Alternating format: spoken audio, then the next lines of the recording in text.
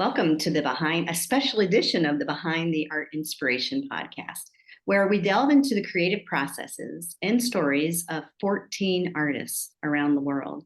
In these episodes, we go behind the scenes with artists who are part of the International Online Art Collective, learning about their inspirations, challenges, and techniques while collaborating on our chain reaction project. Beginning with one single piece, each piece informs the next, provoking a chain of other artworks until we have created a total of 100 works. So exciting, assembled into one big multimedia installation. In this episode, we have the pleasure of interviewing artist Wendy Bale, who hails from Western New York. Through our conversations with Wendy, we'll gain insights into her creative processes and the inspirations that drive her work. I'm your host, Caroline Hart, and I'm excited to bring you this episode from my DC studio. So sit back, relax, and enjoy as we go behind the art. I'm so excited to meet with you, Wendy, in our very first episode of this session of learning about chain reaction. Can you go a little bit deeper into what we've started and then go into your inspiration? Yeah, absolutely. We each have, I brought along the panels. So Awesome. For those of you that have the video to look at, you will be seeing a 10 by 10 inch canvas panel. So this is the blank canvas that we all have to work with. And the objective is that we each take our own artwork, do the piece, and then send it on to the next. And once that chain reaction has started, we're all going to be reacting to the previous person.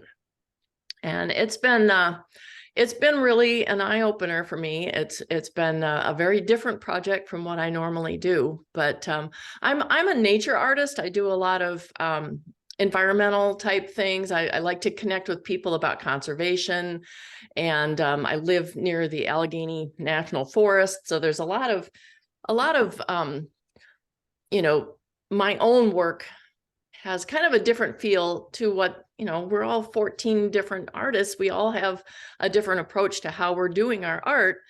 So it's very freeing in a way, because we're doing something a little bit different. We're doing something that isn't just for ourselves or working in a vacuum. You have this influence, instead of it being, my walks in the woods that are influencing me, which, some of that still comes through, but I'm also being influenced heavily by the piece that comes to me. And so we don't know anything about what it is, except we do have a schedule, so we know who it is. So sometimes I anticipate, I'll think, oh, it's going to be so-and-so, and I'm expecting one thing, and then I get something completely different. So that part of it has been really interesting to me, because it's influenced so many changes. It's really instigated a lot of changes in my own art practice. And then also over the time we've been doing this, I've seen so many changes. We've all seen so many changes in the world, because that first round, I was the last one, and in that first round, and that was September of 21. And I went back to read this. I don't normally do journals, so it was kind of funny to me to be forced to do the journaling part, and I didn't realize how important this was going to be until doing something like this, where we have to go back and think about it and talk about it. Where were we when we did those first? Because it's a 2-year project, so it's a lot has happened in 2 years. So anyway, back to the round one. I had said I was a cut paper and charcoal artist, and these are some of my charcoals behind me. I worked primarily at that time, I was working in black and white. Well, how things have changed. Right. And, I got to wonder, is it chain reaction, or is it the times, or is it, just the normal evolution of my art practice? I don't know. I can't really answer that. Mm-hmm. But yeah, round one was kind of scary, because I had to wait till the very end. And we did that round in secret. So there was all this anticipation. People were talking about what they had done and their reactions to it, but we weren't seeing them. We were all just holding them back. And then once we had done a single round, we put them out there so that we could all see them. And I think things changed a little bit at that point, because it was like, oh, this is getting real. You know, we're actually doing this. You know, it seemed sort of like a theory before that, but you know, looking through those narratives and the journaling that we've been doing as we've been doing our artwork, because we're journaling, we're taking videos, we're doing you know, still photos, we're doing photos of the artists, and even just looking at how we've, you know, changed over this couple of years has been interesting. But in round 3 was a really traumatic time, because that was when Russia was invading Ukraine. And it happened right during my week when I was going to be working on my project and my link in the chain. And it happened at the end. So I already had my my plan, what I was going to do, but it coincidentally kind of related in that Corinne had sent me her link in the chain had to do with Little Red Riding Hood. Mm-hmm. And so it was this forest and there was Little Red Riding Hood, and there were all these wolves around, and the wolves looked really ominous, right. You know, and I love wolves. I love nature. That's kind of my thing. I thought, well, I'm going to put a different spin on that. So I took the big bad wolf and turned it into the big good wolf. And I put a superhero cape on him and had him sitting on top of a rock and looking very regal. And, you know, it was this whole this whole superhero and villains kind of thing. And then at the end of that week, all of a sudden there was real life superheroes and real life villains that were all over the media. And so that was kind of tough. You know, that was all of a sudden, it wasn't cartoon stuff anymore. It wasn't like cartoon superheroes. It was the real deal. So that was an interesting time. But it wasn't all bad news. There was NASA went to launch they had a little trouble with it, but eventually they got it up in the air. But they did the lunar launch during round 5, which was the one that you, Caroline, sent me. Mm-hmm. And that one influenced my work a lot, because you had a moon in there. And I don't know if you knew that lunar launch was coming up. That wasn't part of you just were, I don't know, were you influenced by the previous person?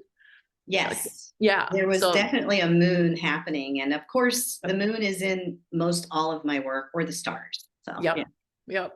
Yeah. And I'm fond of adding moons as well. So I glommed right onto that. And I was like, all right, I'm going for the moon business. But the more I looked at that, you had a harbor scene. So it was the masts of the sailboats and the moon and the sky. And I loved the color palette and I loved the composition. And I thought, well, which one of these do I take? You know, I wanted to riff on something here. What's it going to be? Do I go for the composition or the color? And I just went for both. And then I thought, well, as I'm doing these sketches, I was doing some thumbnails, trying to figure out how to make this mine. You know, how do I take your expressive kind of style, but I needed it to be more about me. So I'm like, well, how about if I turn it on its side? So I had you had the horizon line, and I literally turned it on its side and it became the side of a tree. And then the mast of the branches, or the masts of the sailboats, became branches of the tree. And I ended up making it a nature scene instead of a landscape or seascape. Right. And And what I was doing with that one, I just remembered was Ruth had sent me hers, and she was actually on her sailboat, not painting about a sailboat, but actually painting what was going on below the water. And those were her moon jellies. And so all of the tentacles of the moon jellies, became my moon, and their tentacles became the mast of the sailboat. oh, that's awesome. So we went from below the water to on the water. I knew she was on a sailboat because she sails around the world, right? And Right. then to yours, which is you are in a very you have land around you. I have water around me, right? So Right. not right now, but it's so interesting. I'm so excited for all of that, for people to really dive into it. Is there going to be a book with this project? We are working on a number of different approaches to that. We've got several things in the works. We've got the exhibit, the physical exhibition that we're working on. And there's going to be some other pieces that will be coming with it. All that's kind of in the works at this point. Yeah, this is maybe a 5-year project. By the time it gets around to everybody, it may be. Yeah. And we're But gonna. but Go ahead. go ahead. I was just going to say that I took the woodland scene, Yes, and added that Luna moth in there to kind of get that nature element back into it. I've tried to put a nature element, whether it's a feather or a bird or something, into all of mine, but I've taken a lot of influence from the previous ones. And it's funny to me because starting at the beginning, I thought I was just going to be, I had envisioned that this was going to be, 100 works on the wall, and you would see these black and white squares that would be mine. And it didn't turn out that way at all. In fact, I haven't done anything that was straight black and white. So I remember those discussions. Yeah. From a few of our artists, like, how do we fit? But it fits. Yeah, it does. But I've worked in charcoal, I've worked in cut paper, which that's normal. I mean, that's what I was doing at the beginning, but I've now also worked in acrylic, and I've colored outside the lines, which normally I wouldn't do. And the most recent one I did was watercolor. I've been playing around with these iridescent metallic watercolors. And so I adhered black. One of the kind of struggles that we've had has been those of us that don't typically work on a charcoal or on a canvas panel.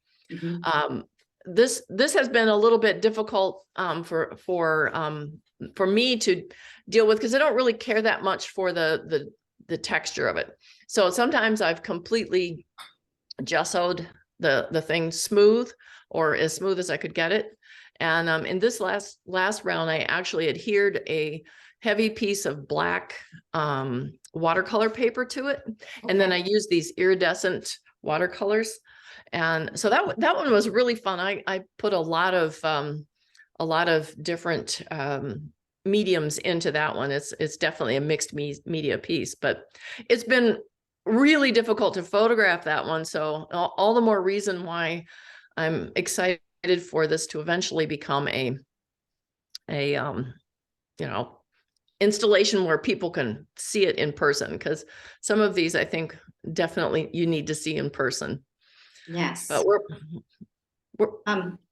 go ahead. So I was going to wrap us up a little bit. Absolutely. I wanted you to be able to tell us where to find out more about you first. Oh, absolutely.